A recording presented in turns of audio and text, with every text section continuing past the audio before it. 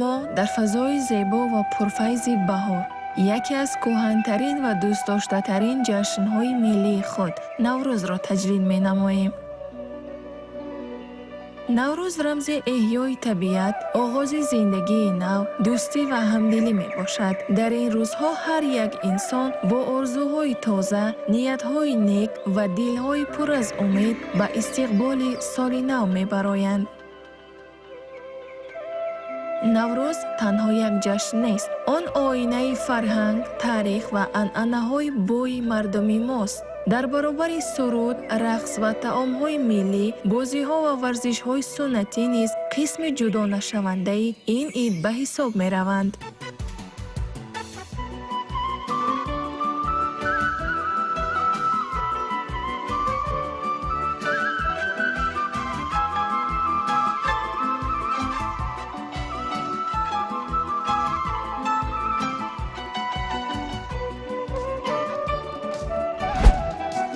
яке аз чунин анъанаҳои қадимӣ камонварӣ мебошад. камонварӣ аз замонҳои хеле дур миёни мардум паҳн гардида буд. дар гузашта он на танҳо воситаи ҳифз ва шикор, балки рамзи ҷасорат, мардонагӣ ва ҳунари баланд ба ҳисоб мерафт. камонвар шахсе буд, ки дорои диққати баланд, сабри зиёд ва иродаи қавӣ аст.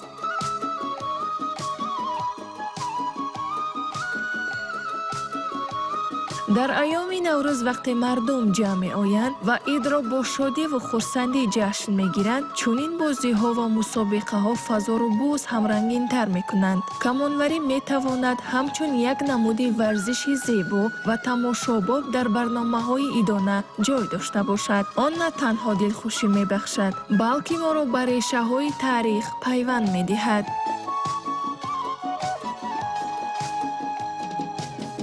имрӯз камонварӣ ба яке аз варзиши муосир табдил ёфтааст, ки дар сатҳи ҷаҳонӣ рушд кардааст. дар ин самт мо бо ифтихор номи Зебунисо Рустамоваро ёд мекунем. ӯ бо маҳорати баланд ва иродаи қавӣ тавонист қуллаҳои ҷаҳониро фатҳ намояд ва номи миллати тоҷикро машҳур гардонад.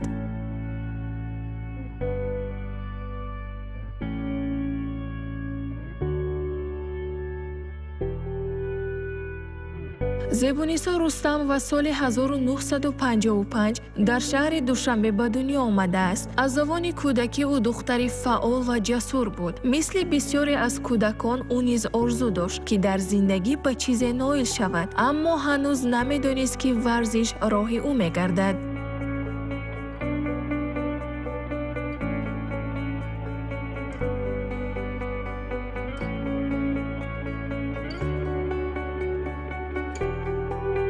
дар мактаб ӯ ба тарбияи ҷисмонӣ таваҷҷӯҳи зиёд дошт. маҳз ҳамин давра истеъдоди варзишии ӯ ошкор шуд. баъдтар ӯ ба машқҳои касбӣ ҷалб гардид ва интихоби ӯ ба як намуди нодири варзиш – камонварӣ рост омад. ин интихоб осон набуд, зеро дар он замон ин намуди варзиш миёни духтарон чандон маъмул набуд. аммо Зебунисо бо иродаи қавӣ тасмим гирифт, ки маҳз дар ҳамин роҳ пеш меравад.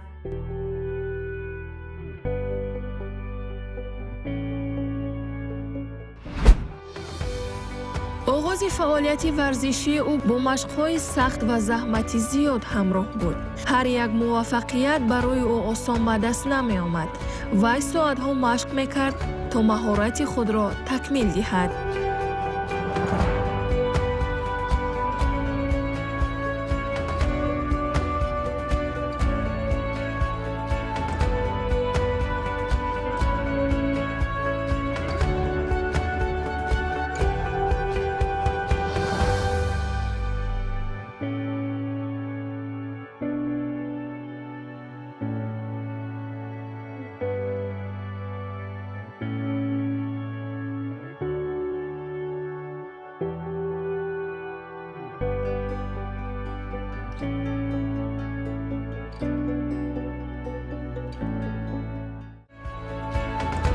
муҳимтарин хусусияти ӯ сабр, диққат ва иродаи мустаҳкам буд.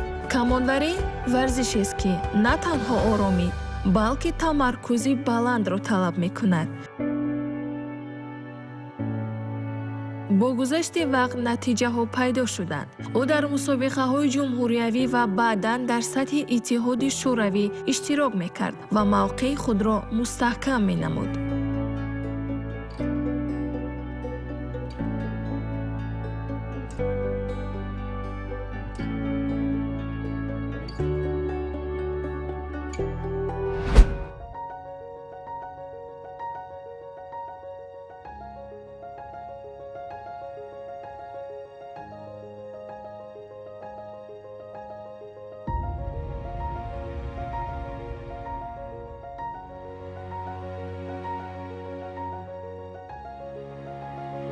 соли 1975 барои Зебунисо Рустамова соли таърихӣ гардид. ӯ дар мусобиқаи ҷаҳонӣ иштирок карда ба натиҷаи беназир ноил шуд.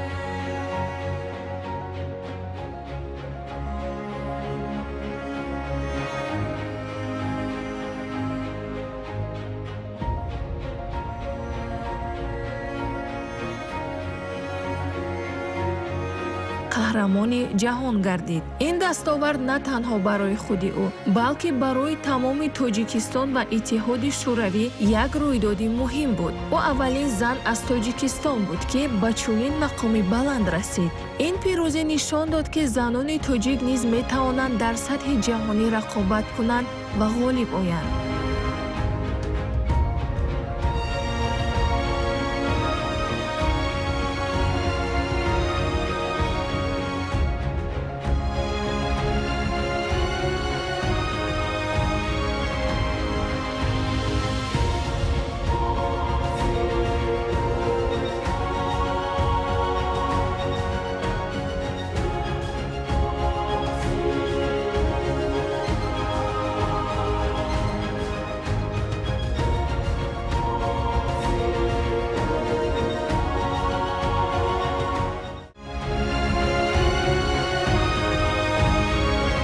баъд аз муваффақиятҳои ҷаҳонӣ, Зебунисо ба бозиҳои олимпӣ соли 1976 роҳ ёфт. дар ин мусобиқаи бонуфуз, ки беҳтарин варзишгарони ҷаҳон ҷамъ меоянд, ӯ бо ҳунари баланд баромад кард ва медали биринҷӣ ба даст овард.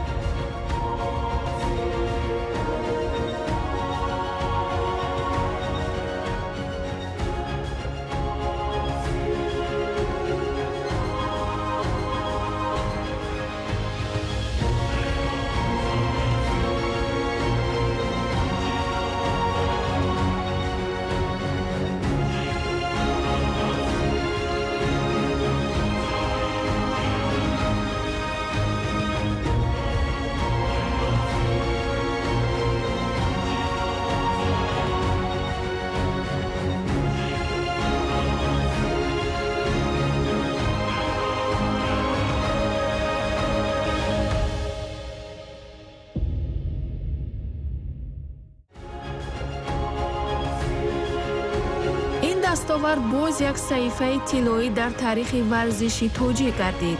медали олимпӣ орзуи ҳар як варзишгар аст ва ӯ тавонист ин орзуи худро амалӣ созад.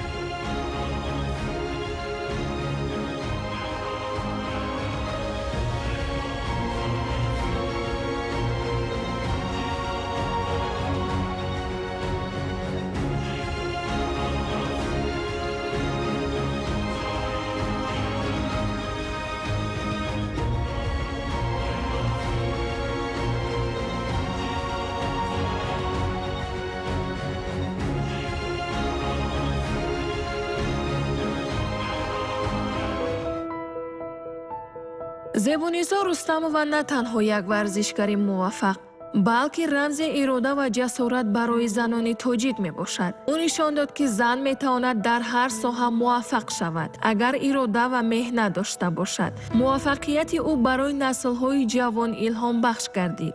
бисёре аз духтарон бо дидани дастовардҳои ӯ ба ин намуди варзиш рӯ оварданд.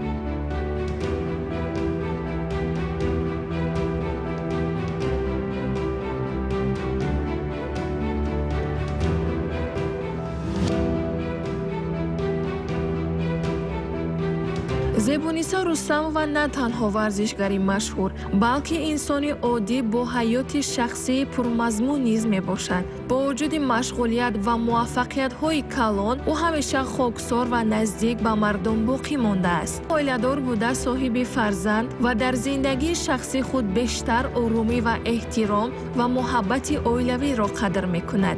гарчанде ки қисми зиёди умрашро ба варзиш бахшидааст, ӯ тавонистааст ки байни фаъолияти касбӣ ва зиндагии оилавӣ тавозун нигоҳ дорад.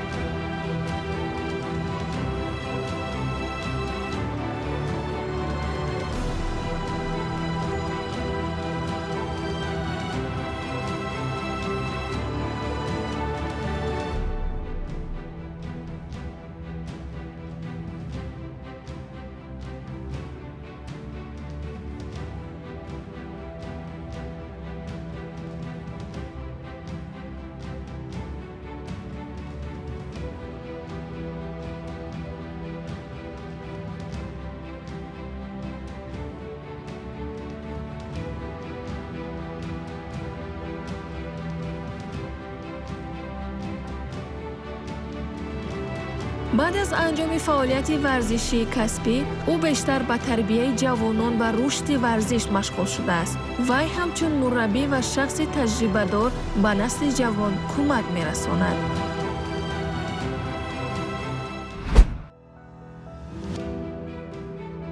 зиндагии зебуниса рустамова намунаи равшанӣ, сабр ва меҳнати содиқона мебошад. ӯ бо талошу кӯшиши пайваста тавонист аз як духтари оддӣ ба қаҳрамони ҷаҳонӣ ва медалдори олимпӣ табдил ёбад. муваффақияти ӯ нишон медиҳад, ки барои расидан ба орзуҳо на танҳо истеъдод, балки боварӣ ба худ ва заҳмати зиёд лозим аст. ҳамзамон зиндагии шахсии орому мунтазами ӯ исбот мекунад, ки инсон метавонад ҳам дар касб ва ҳам дар оила муваффақ бошад.